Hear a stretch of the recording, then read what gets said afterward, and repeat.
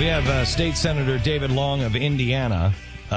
He is on the phone with us to talk about a constitutional process that we've been saying today in this last hour that, you know, maybe it's time for a third party or whatever, but I don't know if we can really ever fix anything in Washington by sending more people into Washington. It's like sending them into the control room of Chernobyl. You got about 11 seconds before the radiation hits you, and you're completely, riddled with radiation and probably don't come out alive.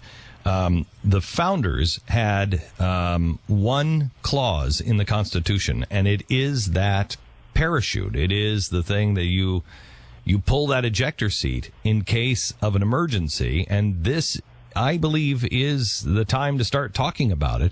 And it is something that Mark Levin brought up and made the case, and it is spreading around the country. And Senator David Long is leading the constitutional amendment process through state legislators now. And we welcome him to the program. How are you, sir? Glenn, it's good to be here. Thanks for having me. So tell me about, you just had this passed in Indiana? Well, what we did actually, the way I got involved is we actually were dealing, historically with pushback on this idea of a state-driven convention because people have always argued, some have anyway, that you could never control it and that you'd end up doing more damage than good. And, looking at what's going on in Washington and this tsunami of debt that's coming down that's going to, basically swamp our boat and our kids' future, you can either wring your hands and do nothing or say, what we can do. And I took another look at the Article 5 process, and we passed 2 laws this last year in Indiana that essentially shows how you choose a delegate to such a convention, a state-driven convention, and then how you control that delegate. Okay, so explain this process, because this particular article in the Constitution is in case Washington, let's see if you'd ever think this would happen, in case Washington, the people who are our representatives, became so entrenched in power and greed and everything else that they would never fix the problems, there was a way for the states to say, we're going to put amendments into the Constitution that don't start in Congress. For instance, a term limit or a balanced budget amendment. We're never going to get those through Congress. The founders knew that and knew you could take control again through the states. And do I have that right? And how do you control it and do it? You do. And in fact, it was a key provision. George Mason had that put in as a delegate from Virginia for the state-driven process. It's never been used, but they figured we would use it. And in fact, if it hadn't been in the Constitution, there's a very good argument the Constitution never would have been ratified in the first place. If the founders felt that strongly that the states needed to have a leash on Washington, and they felt this was the key way to do it. If they woke up today and found out we'd never used it, they'd be shocked.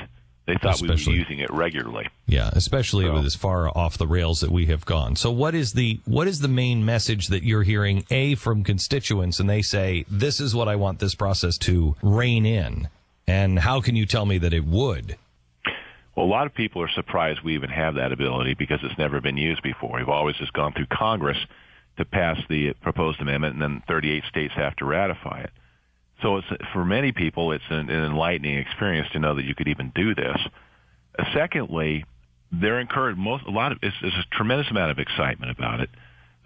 It's a process we have to be very careful with and very deliberate with. And there was a group of over 100 legislators from 33 states that met last December at Mount Vernon, and we discussed the process of putting such a convention together.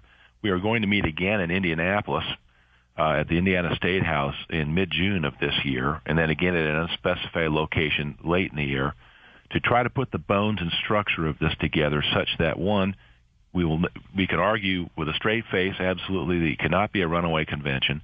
2, how do you organize this and make it structured in such a way that it will be effective? And 3, then, of course, we'll get to what are the amendments we'll be discussing.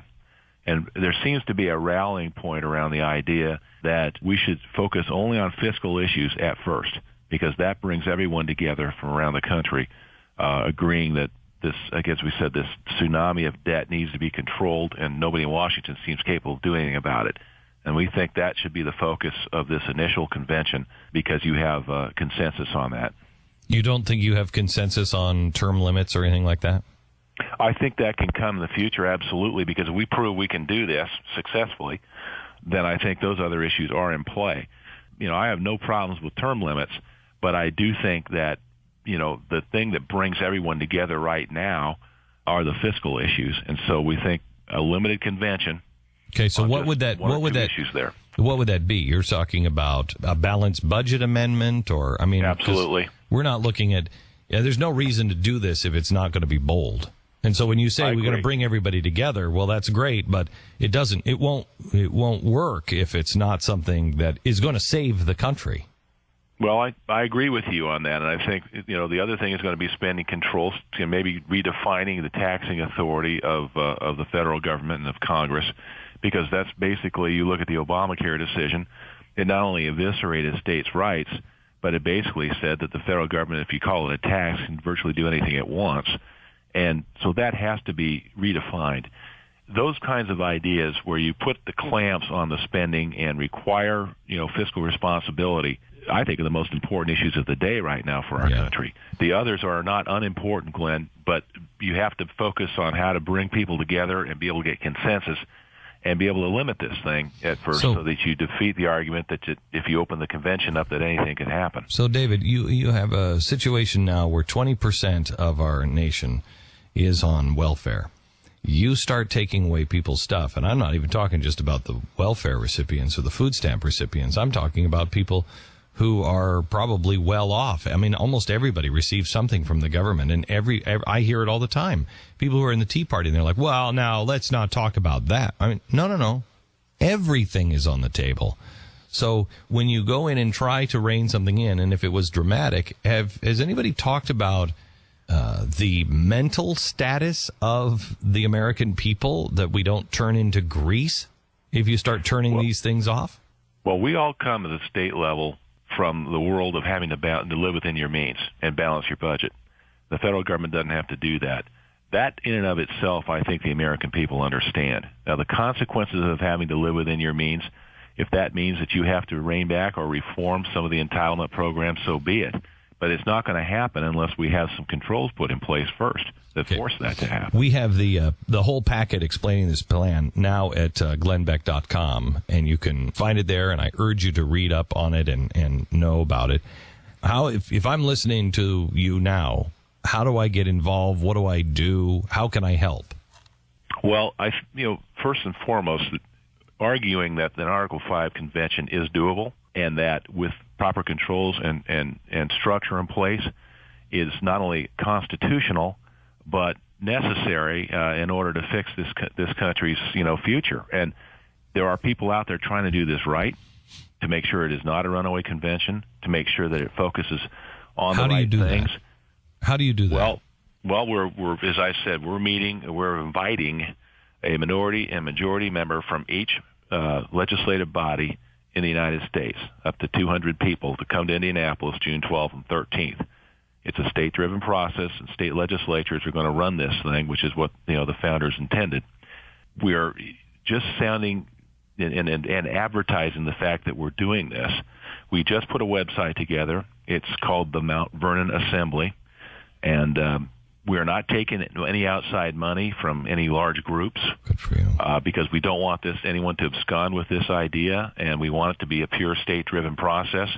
We don't want any of the opponents of this to be able to argue that someone's, taking it over and now using it as their messaging source. So we may create something where everyday Americans can contribute maybe $50 toward the cause to help pay for some of the costs of this. But the Mount Vernon Assembly. Is that .org or .com? Is the new website that we created, and it's a start of it. We're actually putting it together ourselves, so it's in construction right now. That will be the source for all information in the future. Is that .com or org? It is, I believe, org, and we'll look it up. Just search for it. Mount Vernon Assembly. Jeffy, it's brand new and put together by one of our organizers, Senator Karen Tyson from Kansas. Who's an expert in that area. So we're pushing toward something in 2015, Glenn, but we're going to have it put together right. And so it's organized and it's properly structured. All right. There are rules in place, and so the states stay in control of it. Okay. Last question here for you, I guess, on this is, this is, as I read it, this is the founders' ejector seat. This is break glass in case of an emergency. This is really kind of their nuclear option, which I think we're at, quite frankly. Am I reading this wrong? I mean, this is kind of the last kind of safety valve on the Constitution. They put on all the checks and balances and everything else, and this is kind of like, if it really goes bad, this is what you do. Well, I think they intended it to be that way. I'm not sure if it's nuclear. I think they expected us to do this regularly because they had conventions of the states regularly prior to creating the Constitution. They were used to them, and so they expected us to be doing this. But they absolutely put this in here to make sure that the states kept the reins on the federal government. And frankly, when you look around today, if you want to call it a nuclear option, maybe that's what it's become today. I don't think they intended it to be that. I thought that they figured we would be using this a lot, and that it would keep the states in charge. Unfortunately, the opposite has occurred.